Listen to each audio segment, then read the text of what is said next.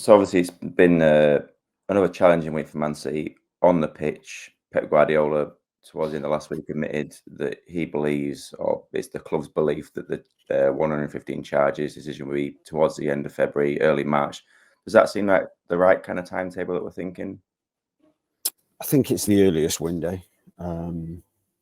So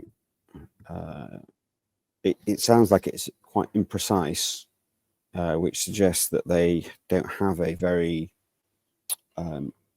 clear agreed timetable, which is interesting in itself, because that would potentially mean that there hasn't been a deadline given to the panel to bring a decision. Now, if that was the case, then this could easily just be the lawyers effectively guessing and that being communicated down to Pep.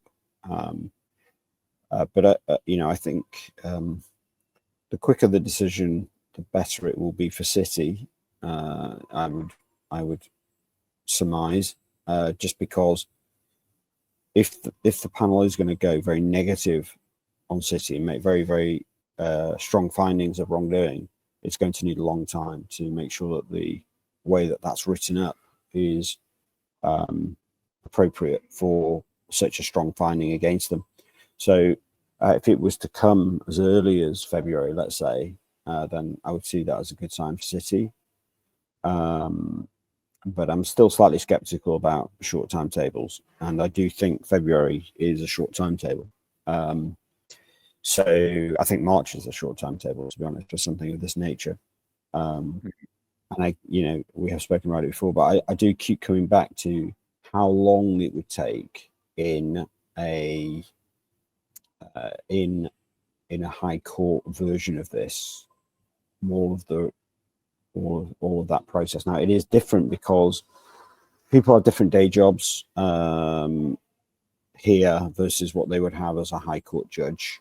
But in some ways that could work the other way, because some of these KCs who are on the panel may well be booked in to do their main work in January. So they may well be busy on other things. We just don't know. I mean, so many unknowns. But as I say, I think February, March is absolutely the earliest that can be expected, and it wouldn't surprise me if it was considerably later than that.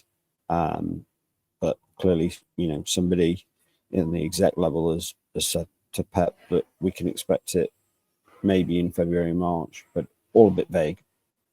Yeah, it's a time will tell kind of situation at the moment in time, I guess, really.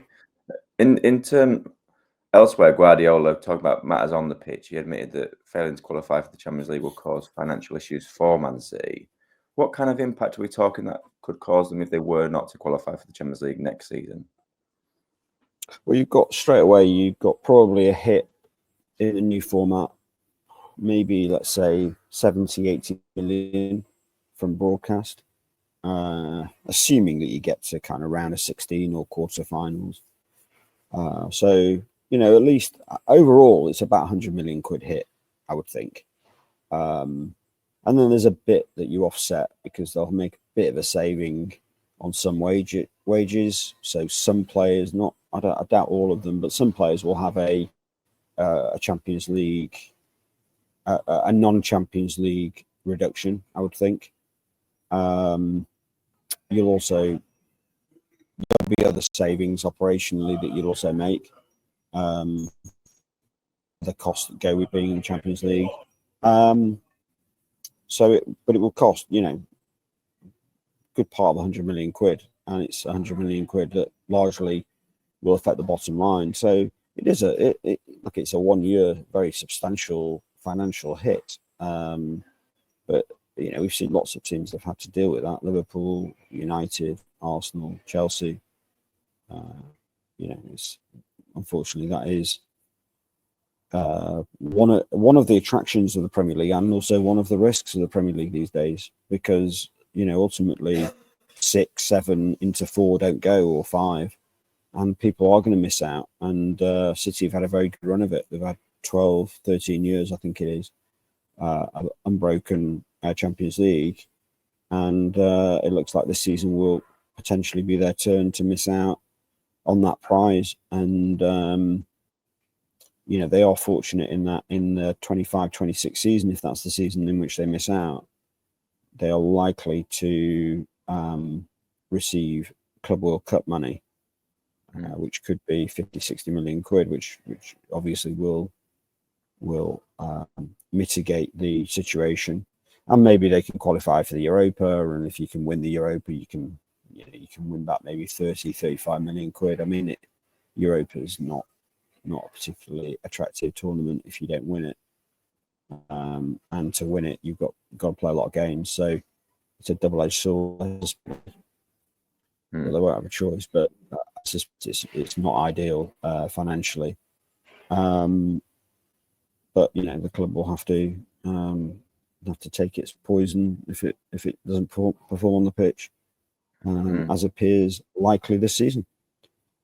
Absolutely. In terms of strengthening the squad, David Ornstein reported that they want to strengthen defence, midfield, and up front. Obviously, that's most of the team, really. Well, is it kind of difficult to do that all in January, given how Man City operate as well? They're often quite conservative. They do a lot of work on signing players. Do you think that would be hard to do all that in January? Well, the funny thing is they probably also wouldn't say no to a goalkeeper as well. So because they've clearly got some issue with this, and they had a game against Everton. They had a 39-year-old reserve goalkeeper. So they've even got a problem there. So I think it's almost impossible to do a number of deals in that window. They may be able to do one, but 2, 3, 4, I think it's impossible. You look at the Champions League. So if you're a team in the Champions League, even at the lower echelons of the Champions League, you still got games in January. So the chances that you're going to sell players, certainly before the end of January, right at the end of the window, pretty unlikely. I mean, so many teams can still qualify for the next phase, can still get themselves another game. I think you'd have to make very big offers to get to move players. PSR is real in the Premier League, but then again, it's a similar sort of situation. So, how desperate are Wolves to sell, let's say, Kuna, or probably look at it and go, actually, it's much more important we stay in the Premier League. There's no point in taking an extra 15 million quid for a player when actually that might impact your ability to stay in the Premier League and cost you 100 million quid. We'll just wait until the summer. And if you go down the league, it's very hard to see any high quality Premier League players moving in January, I think. So then you're looking at fringe players, and City probably don't want fringe players. So I don't know. It's there's release clauses around Europe. I think that's probably the most pragmatic approach, and I would think that's probably City's primary focus. Who can they find on a release clause? But even then, the player has to want to leave. And if you then look at it from a family perspective, so quite apart from the football, the Champions League issues, and the players that are currently playing in the European leagues, does a player want to uproot his family in mid-January and go to England and go to Manchester? I don't know. I think it's a very difficult thing to do. No, it's happened before. There have been some signings made in January. They're not unheard of, but they are hard to do. And we'll just have to see. I think it's going to be very challenging for City to do more than one deal.